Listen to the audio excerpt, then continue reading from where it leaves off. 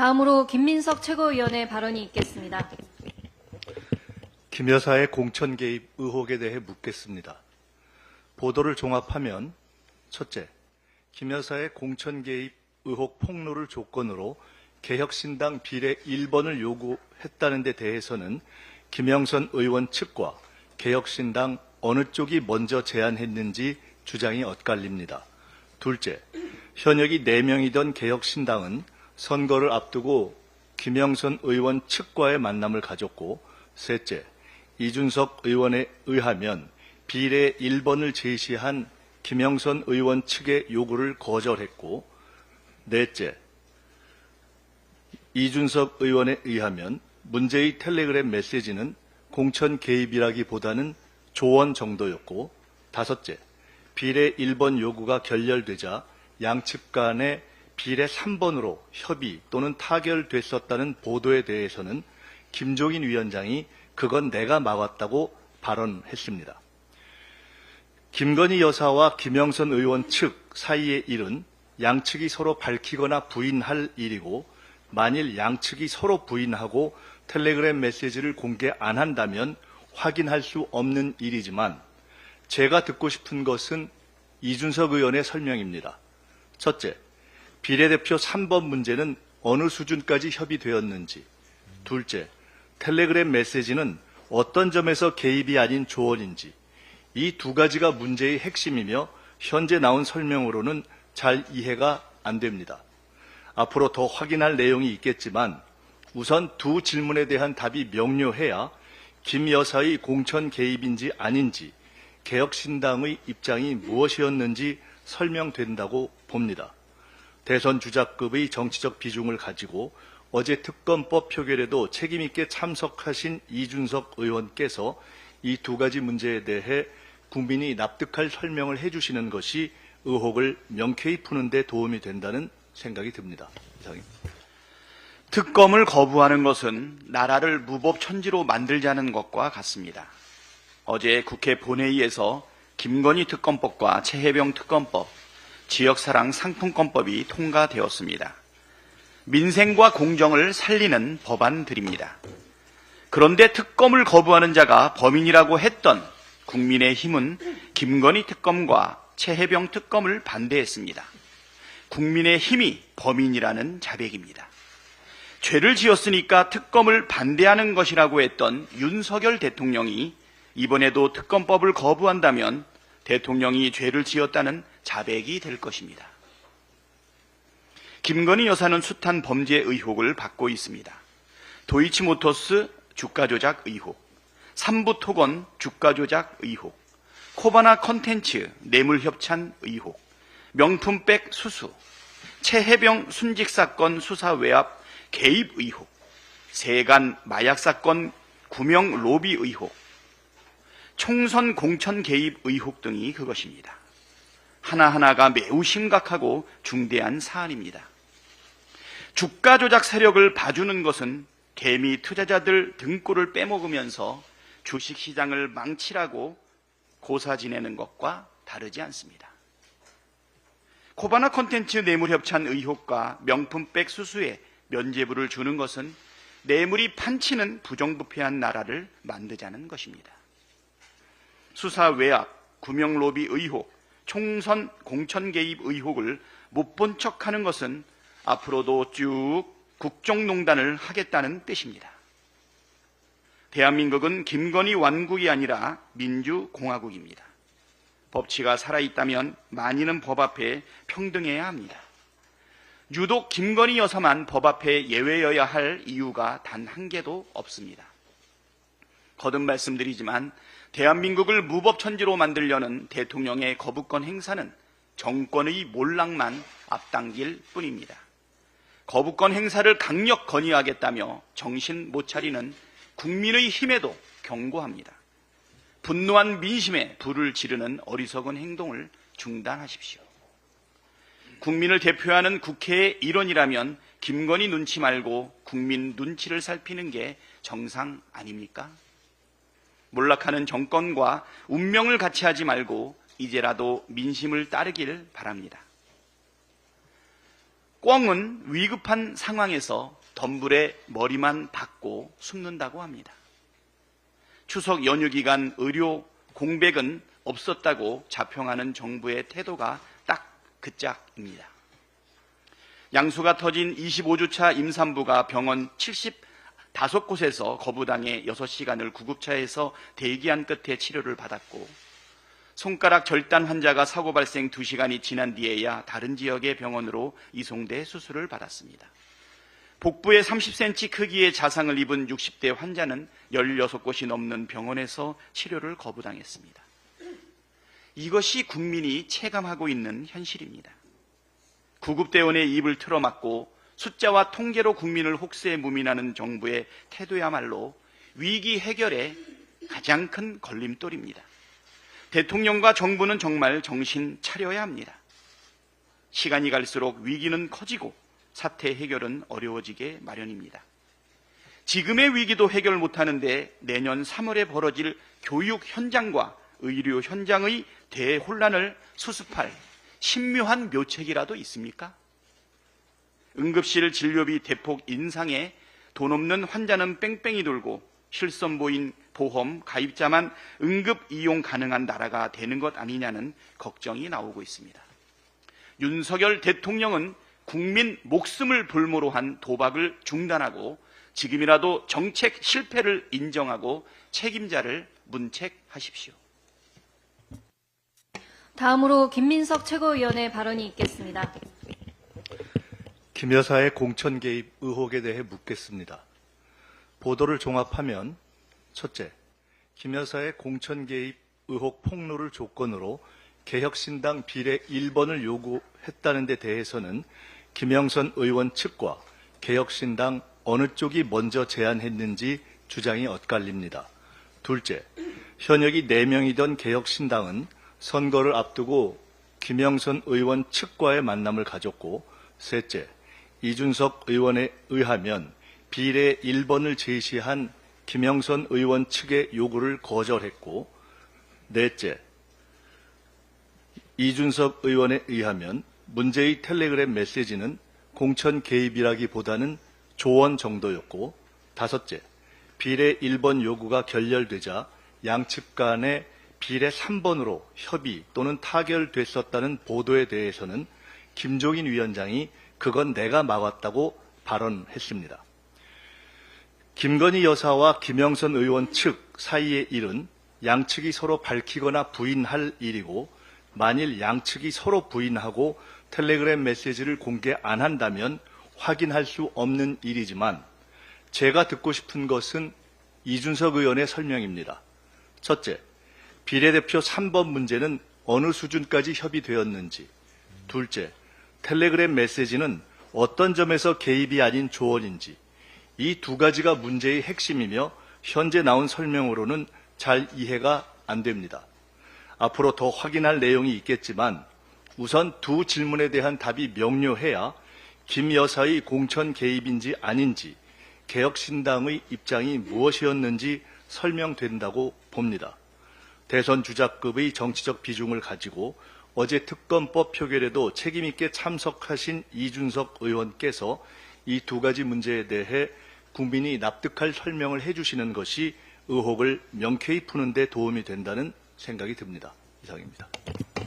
다음으로 전현희 최고위원의 발언이 있겠습니다. 윤석열 대통령의 거부권은 자신의 사적 이익을 위해서 행사해서는 안 됩니다.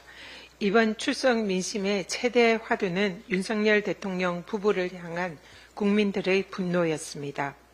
어제 국회 본회의에서 통과된 김건희 특검법, 최혜병 특검법은 윤석열 대통령과 김건희 여사를 핵심 수사 대상으로 합니다. 김건희 특검법은 그동안 제기됐던 김건희 여사 관련 모든 비의혹을 수사 대상으로 하는 이른바 김건희 종합특검법입니다. 최혜병 특검법은 법사위 청문회에서 밝혀졌던 대통령과 대통령실의 수사 외압 의혹을 주요 수사 대상으로 하고 있습니다. 자신과 가족이 관련된 이해충돌 사안은 아무리 헌법상 권한이라고 하더라도 법률안 거부권은 제한되어야 한다는 것이 헌법학자들의 다수 견해입니다. 거부권 행사의 명분으로 대통령과 그 배우자를 수사할 특검을 대통령이 직접 임명해야 한다는 국민의힘 주장 또한 어불성설입니다. 대통령 부부라는 살아있는 권력에 대해서는 야권이나 제3자가 추천하는 특검이 권력의 눈치를 보지 않고 공정하게 수사할 수 있다는 것은 삼척동자도 아는 상식입니다. 이번에도 윤석열 대통령이 또다시 자신과 배우자에 관한 이해충돌 사안에 대해서 거부권을 행사한다면 헌법과 법률 위반으로 탄핵 마일리지가 적립된다는 점을 명심하기 바랍니다. 김건희 여사의 공천 개입 의혹이 파문을 일으키고 있습니다. 올해 2월 말에 김영선 당시 국민의힘 의원이 김건희 여사와 주고받았다는 공천 관련 텔그램 대화가 사실이라면 이는 명백한 김건희 국정농단 게이트입니다. 철저한 특검 수사를 통해서 진상을 밝혀야 합니다. 박근혜 전 대통령의 선거 개입으로 2년 징역형 받아내었던 윤석열 검사 아닙니까? 이번에도 윤석열 대통령께서 배우자에게 박절하지 못해서 김건희 특검법을 거부한다면 앞뒤가 다른 윗선의 대통령으로 기록될 것입니다. 온 국민의 관심이 집중된 대통령 간접 이전 공사 불법 의혹에 감사원은 이례적으로 7차례나 감사위원회 의결을 미루고 연장하고 질질 끌다가 국민들의 질타를 받았습니다. 이번 추석 연휴를 틈타서 발표한 감사 결과는 예상대로 의혹의 핵심인 김건희 여사만 교묘하게 비껴간 맹탕 감사였습니다.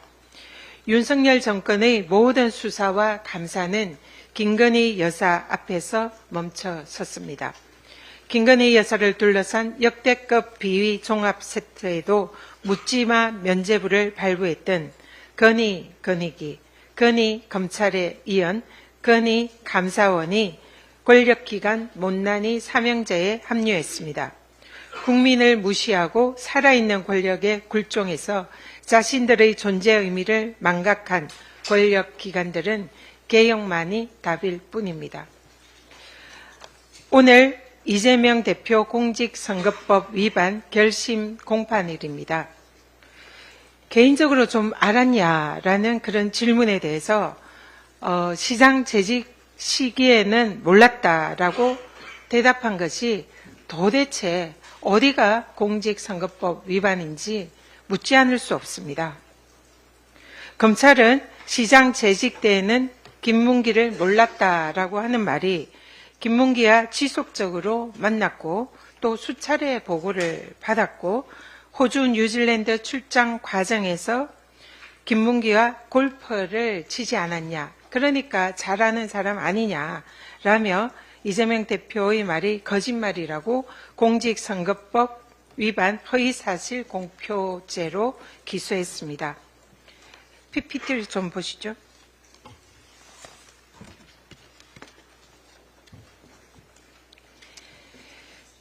사진은 국민의힘 박수영 의원이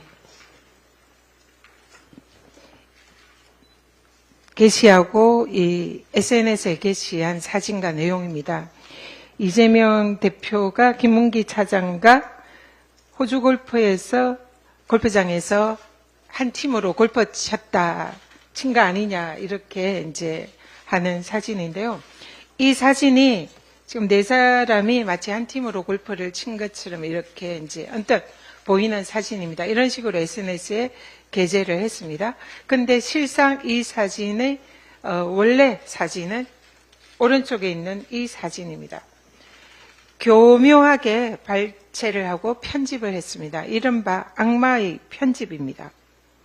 지난번에 제가 말씀드린 위정교사 검찰이 발췌록을 악마의 편집해서 짜집게 해서 일부만 가지고 교묘히 편집을 해서 마치 이재명 대표가 위정교사를 한 것처럼 만들어서 핵심 증거로 검찰이 제시를 했다라고 말씀드린 바 있습니다.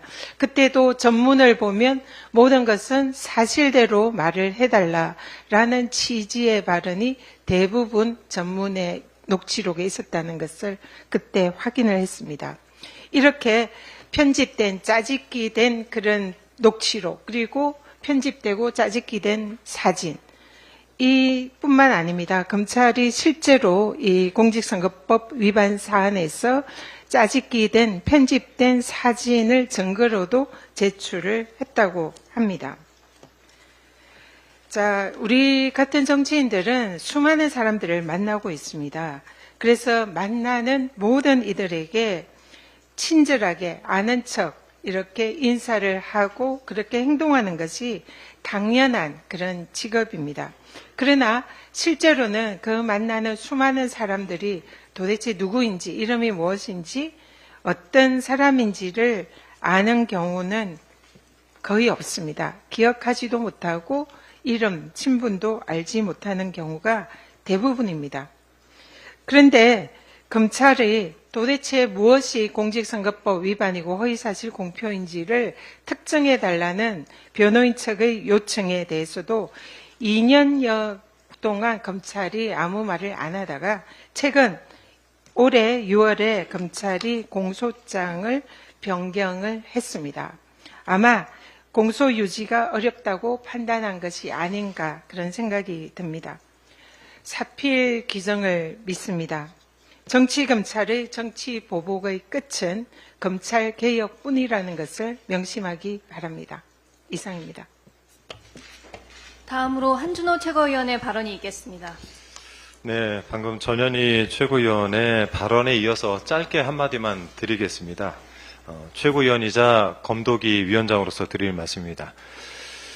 어제 윤석열 정권의 검찰 시즌2가 시작이 된 것 같습니다. 윤석열 대통령은 지금까지 강력한 인사권으로 검찰을 길들였고 또 검찰은 바람보다 빨리 누우면서 부역하고 순응했습니다. 말로 공정을 떠들면서 실제로 야당에 대한 정치 탄압을 계속한 겁니다. 내용을 왜곡하고 억지 기소를 남발해서 결국 야당 대표를 법정에 묶어두면서 정적 제거에 앞장을 섰습니다. 오늘 결심 공판이 진행 중인 공직선거법 사건이 오늘 방금 설명 들으신 것처럼 아주 대표적입니다. 상식적으로 허위사실 공표죄의 적용 대상으로 볼 수 없음에도 그 의미를 변형하고 왜곡해서 기소를 했고 또 지난 6월엔 공소장까지 변경하면서 무리한 재판을 이어가고 있습니다. 이러니 검찰이 대한민국 만악의 근원이다 이런 평가를 받고 있는 것 아니겠습니까? 검찰에 다시 한번 경고를 합니다. 윤석열 정권의 충실한 사냥개로 전락한 현 상황이 계속된다면 해체 수준의 검찰개혁은 필연이 될 것이다. 이런 말씀드립니다. 민주적 통제 없이 날뛰는 권력의 끝은 패망이 있었음을 지금까지 있었음을 꼭 깨달아야 되겠습니다. 검찰 독재 시대를 끝장내고 대한민국을 바로 세우는 일 더불어민주당이 반드시 흔들림 없이 완수하겠다는 말씀드립니다. 이상입니다. 다음으로 김병주 최고위원의 발언이 있겠습니다.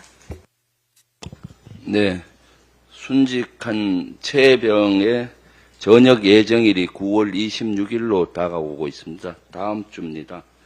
국가가 최병에게 해줄 수 있는 최고의 선물은 최병 특검법을 통해서 진실을 밝히는 것입니다. 최병 어머니께서도 이 편지를 통해서 진실을 밝혀주고 책임자를 처벌해 달라고 했습니다. 어저께 우리 국회에서 최병 특검법이 통과했습니다. 윤석열 대통령은 제발 이번에는 거부권 행사하지 말고 당신의 공감 능력을 보여주기 바랍니다. 그렇지 않는다면 국민의 분노를 살 것입니다. 국민의 저항을 직면하게 될 것입니다. 그리고 하나 더 김건희 여사 특검법 또한 본인과 관련된 가족의 특검법입니다. 자신에게 엄격하고 남에게 간대해야 되는 것이 지도자의 덕목입니다. 김건희 특검법 꼭 수용해서 명명백백히 밝혀져야 한다고 생각합니다. 이상입니다. 다음으로 이현주 최고위원의 발언이 있겠습니다. 네, 추석 응급의료 현장과 관련해서 한 말씀 드리겠습니다. 응급실 뺑뺑이가 줄었다고 하지만 환자 내원이 감소된 이면에는 본인 부담 인상 등등의 문제점이 있습니다. 저는 응급실 뺑뺑이뿐만이 아니라 이제 우리는 의료의 영리화가 어떻게 진행되는지에 관심을 갖고 경각심을 갖지 않으면 상황이 굉장히 심각해질 수 있다라고 생각을 합니다. 본인 부담이 90%로 인상이 되었고 실손보험 가입 유무에 따라서 응급실 방문의 차별이 발생하고 있습니다.